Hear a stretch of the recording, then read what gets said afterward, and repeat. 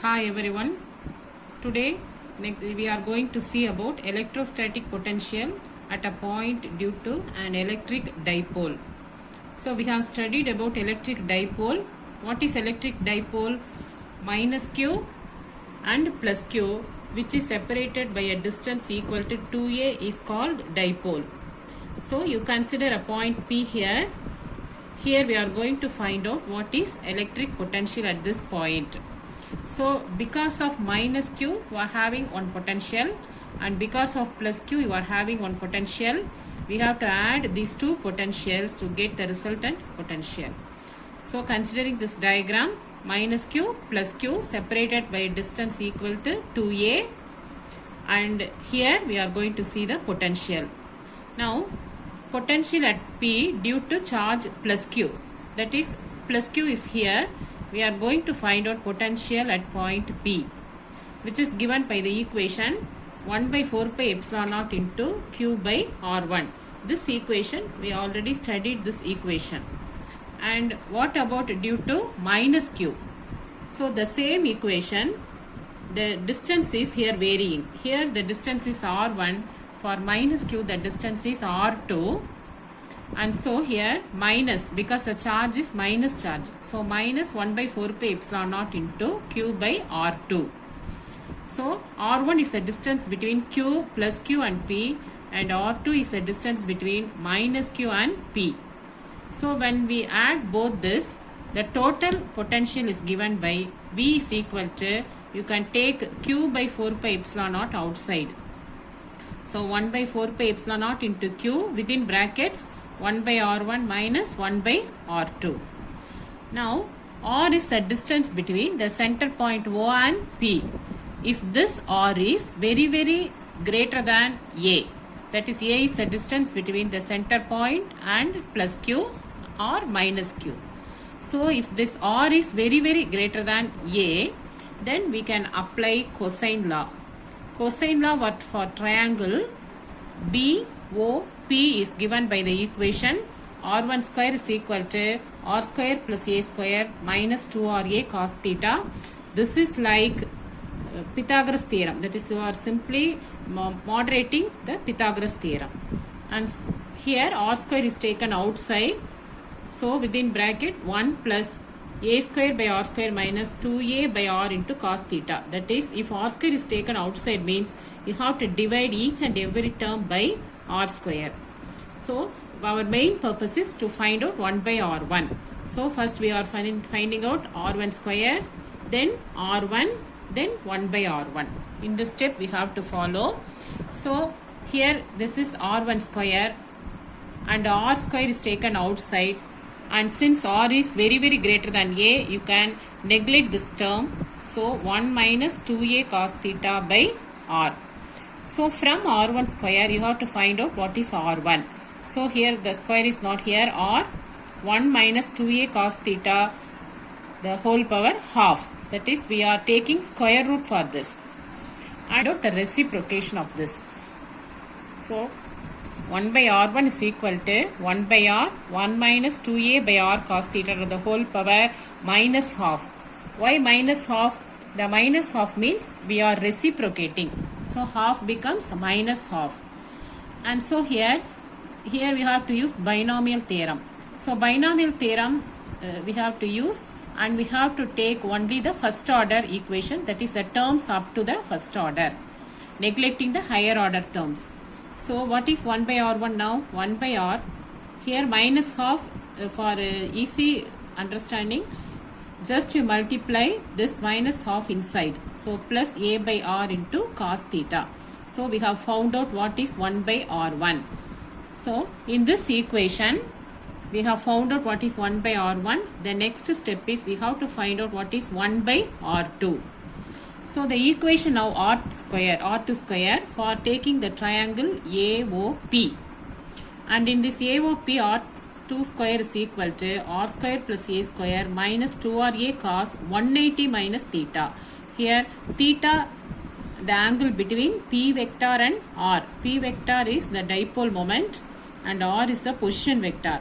And so if this is theta, this angle is 180 minus theta. So here you have to substitute instead of theta 180 minus theta. What is cos 180 minus theta? That is equal to minus cos theta. So when you substitute that, r2 square is equal to r square plus a square plus 2ra cos theta. Here also you have to take r square outside. So 1 plus a square by r square plus 2ra cos theta. Here also we have to neglect this term since r is very greater than a. So you are getting this expression now. So from r2 square you have to find out r2. For that you take square root, and so here the power becomes half here. And using binomial theorem and taking only the up to first order, you get 1 by r2 is equal to 1 by r 1 minus a cos theta by r. So here you have to simply multiply half here. That is a simple step to find out the expansion in binomial theorem. So you have found out what is 1 by r1 and 1 by r2. So substituting that in that equation, now v is equal to 1 by 4 pi epsilon naught into q. You have to substitute 1 by r1 and 1 by r2. And so here also there is 1 by r, here also there is 1 by r. So taking 1 by r outside, you get 1 plus a cos theta by r, minus is taken inside. So minus 1 plus a cos theta by r. So here a cos theta by r, here also a cos theta by r. So this will become 2a cos theta by, and here 1 r, here 1 r. So totally r square. So the equation becomes v is equal to 1 by 4 pi epsilon naught 2aq by r square into cos theta equal to 1 by 4 pi epsilon naught p cos theta by r square, because you know p is equal to 2qa. So substituting that, the equation becomes 1 by 4 pi epsilon naught into p cos theta by r square. Now you can, this is in scalar product form. So you can simplify this equation like p vector dot r cap. Here dot means scalar product or dot product. R cap is a unit vector from the point O to the point P. So this is the final equation for electric potential due to a dipole. And there are some special cases, case 1, case 2 and case 3. Case 1, case 2, case 3. And before that we have to, I will consolidate every equation. First you have to find out potential at P due to charge plus Q and then due to minus Q, and you have to add that, you have to find out 1 by R1, similarly 1 by R2. Substituting these two, you get the final equation as V is equal to 1 by 4 pi epsilon naught P vector dot R cap by R square. So now when we see the special cases, in the first case the P lies on the axial line of the dipole on the side of plus Q. Here this is plus Q and this is minus Q, and you consider the point P here. This is the first case. And next case you consider the point P along this point, along this axial line near the point minus Q. Next, third case, P is on the equatorial line. Equatorial means at the center of minus Q and plus Q. This is the equatorial point. So in the first case, it is on the side of plus Q, then theta becomes 0. What is cos 0? Cos 0 is 1. So the equation becomes 1 by 4 pi epsilon naught into P by R square, because theta becomes 0. And next on the side of minus Q, then theta becomes 180 degree. 180 degree means cos 180 is minus 1. So the equation becomes V is equal to minus 1 by 4 pi epsilon naught P into R square. Next, if the point lies on the equatorial line, theta becomes 90 degree. What is cos 90? Cos 90 is 0. So potential becomes 0. So if the point is near plus Q, potential is positive. If the point is near minus Q, the potential is negative. If the point is on the equatorial line, the potential becomes 0. So next we have to consider some important points. And the first one is, when you consider the electric dipole, the potential is inversely proportional to 1 by R square.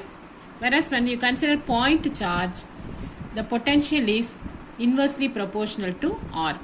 So we are comparing point charge and dipole. Point charge, it is inversely proportional to R, whereas in the electric dipole it is inversely proportional to R square. So from this, comparing these two equations, the potential due to the dipole falls faster than due to the monopole. Monopole means just one charge, either plus Q or minus Q. So in the case of dipole, the potential falls faster because it varies inversely to the square of R. So this is the first important point. Next, when you consider a point charge, it is spherically symmetric. That is, around that point charge, or that is at a distance of R, all the points are at equal potential. Whereas here, when you consider a dipole, the potential depends on the angle between P vector and position vector R.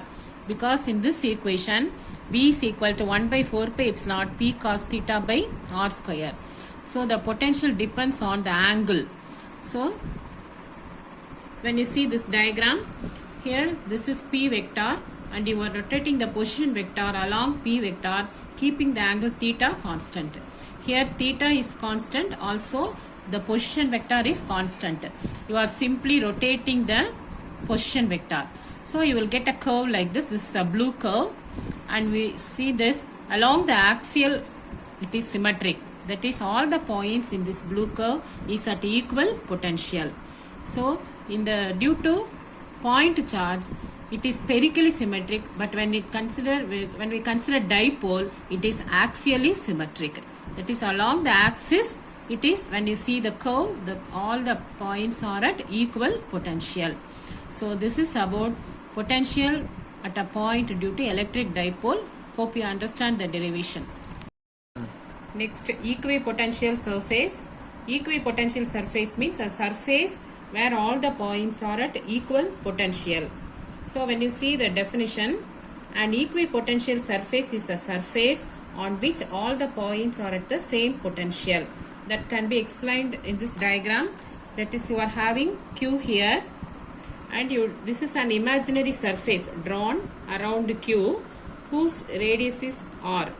And when you consider all the points here, A, B, C, D, etc., all these points are at equal potential which are at the same distance R. So this imaginary surface which is having equal potential is called as equipotential surface. In this diagram, you have so many surfaces like that. 1, 2, 3. This is one equipotential surface. This is another second one. This is the third one. Here all the points are at equal potential. Here all the points are at equal potential. Here all the points are at equal potential. But the potential varies from one sphere to the other sphere. So these surfaces are called equipotential surfaces. When you consider here, this is uniform electric field. When you draw the horizontal lines like that, this is uniform electric field. Here the surfaces are in the form of plane surface. So these are the planes which are normal to the electric field. Normal means the electric field lines and the surfaces, they are perpendicular to each other. So for a uniform electric field, the equipotential surfaces form a set of planes normal to the electric field E vector. So next we are going to see about properties of equipotential surfaces. So we have to do some work to move a charge Q between any 2 points A and B. See this diagram. Suppose if you want to move the charge from a distance, that is from a point A to B, what is the work done? W is equal to Q into VB minus VA, where VB is potential at B and VA is potential at A. And here when you see these 2 points are at same potential because this surface is equipotential surface. So what about this VB minus VA? This will become 0. So the work becomes 0. So the work done is 0 because VA is equal to VB. This is the first property. The next property is the electric field is normal to the equipotential surface.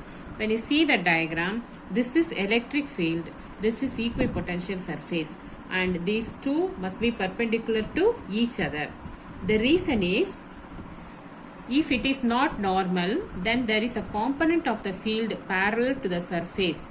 So we have to move a charge between 2 points on the same surface with the same potential. Some work is done, but this is a contradiction. So always the electric field must be parallel to the equipotential surface. That is, this is electric field and this is equipotential surface. Both are perpendicular to each other, because if they are not perpendicular, some component of the electric field must be there. So some work is done to move a charge between two equal potentials. But this is a contradiction. So the electric field must always be normal to the equipotential surface. Next we are going to see about relation between electric field and potential. So here you consider three axes like this, x, y and z, and the unit vectors are I cap, j cap and k cap. Here there is plus q. Suppose if you want to move a charge through a distance dx, you have to do some work. This work is dw. So what is dw? dw is equal to minus e into dx. You know this dw is a small work done and e is electric field. dx is a very small distance. And here the negative sign indicates that the work is done against the electric field. And what about dw? This is nothing but dv. This dw is nothing but dv, because you know the potential is nothing but work done. So dw is equal to dv. So dv is equal to minus e into dx, or e is equal to minus dv by dx. So the electric field is negative gradient of electric potential. So this is called gradient. Gradient means potential divided by distance. And so this is negative gradient of potential. So the electric field is negative gradient of the potential. So in component form you can separate, and you can like that write the equation as E is equal to minus dou v by dou x I cap plus dou v by dou y j cap plus dou v by dou x k cap. So this is, you are writing this equation in component form. So when you consolidate these points, the relation between electric field and potential, the main thing is E is equal to minus dv by dx. That's the main thing. Usually the potential is nothing but work done. That you should remember this in our coming text. So dw is equal to dv. So this is in component form. Hope you understand.